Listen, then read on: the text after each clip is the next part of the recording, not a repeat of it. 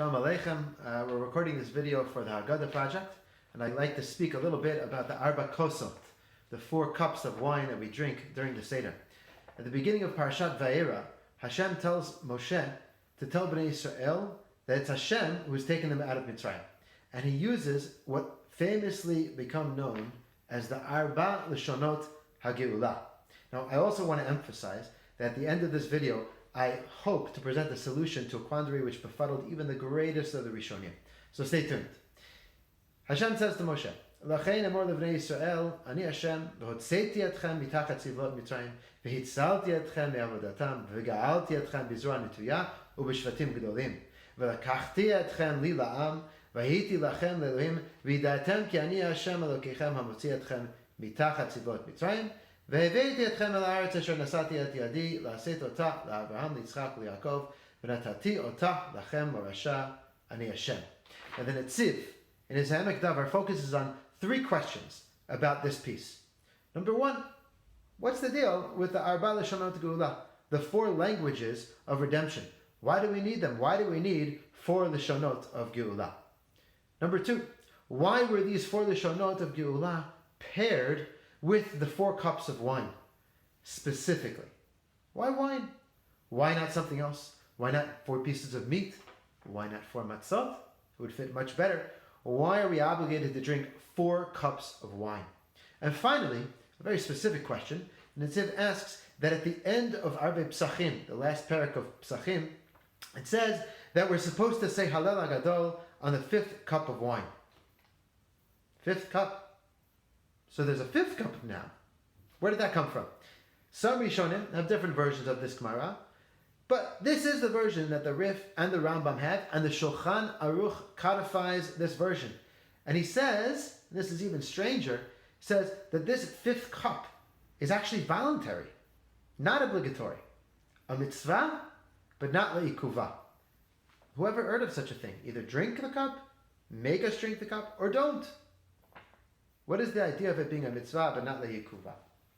Now, there is a yam of commentary on the sources of the 4 cups of wine that we drink. But by far, the most well-known is that they are connected to the 4 Lashonot Geulah that we just said. And Netziv claims that this connection is not stam, not just 4 and 4, but rather that each one of these 4 Lashonot correspond to a new level that Bnei Israel reach on their way out of Mitzrayim. These are social, religious levels. The first one, number 1, Vehotzeti, corresponds to the first stage, which according to the Netziv is when Bnei Israel are able to stop their back-breaking labor. Around the plague of Arov, it's at that point that they're taken out of slavery, but they technically remain slaves.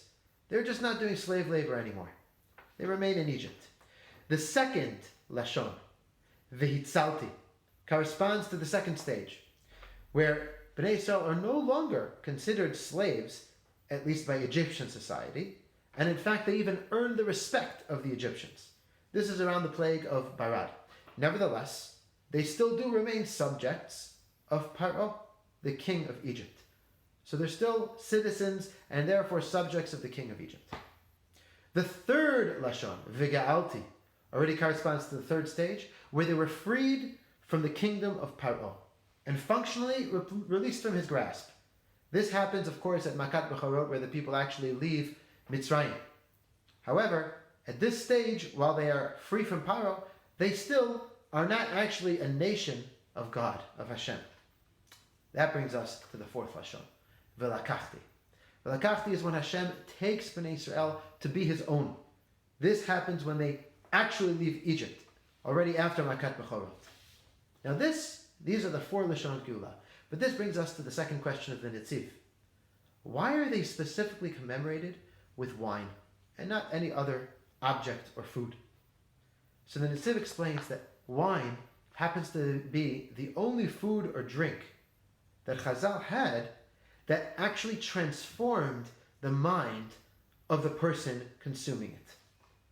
Wine produces in man a change in his brain patterns and attitudes. It affects logic and emotion. In Tanakh in general, wine gladdens the heart. In a word, it is transformational. How perfect then to use a food which causes transformation to represent and reflect the transformation that Bnei Yisrael went through as they were leaving Egypt and becoming a nation of God. And so the wine is not simply a food, it's not simply a celebration, but rather, while it is transforming the mind of the person consuming it, that person is experiencing the transformation of becoming a nation of God. But what about that fifth cup? Where does that come from? The voluntary cup. Is there a fifth Lashon of Geulah?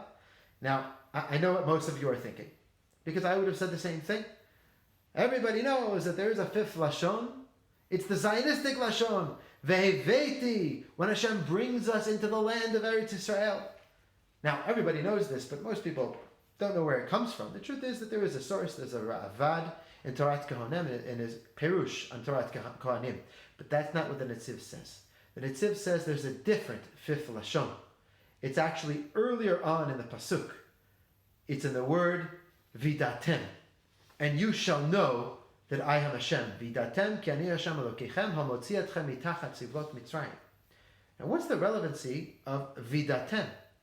So the Netziv says, if each one of the Arba Lashonot Geulah was a milestone on the way out of Mitzrayim, so too Vidatem is a specific point in time. According to the Netziv, Vidatem occurs at Har Sinai and onwards. From the giving of the Torah, that's the point at which we are considered Vidatem ki ani Hashem.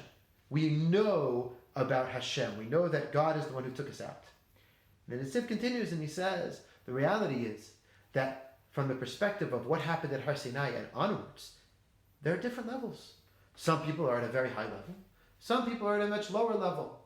To reflect this change, these different levels, this variation, the halakha recognizes that not everybody is going to drink the fifth cup.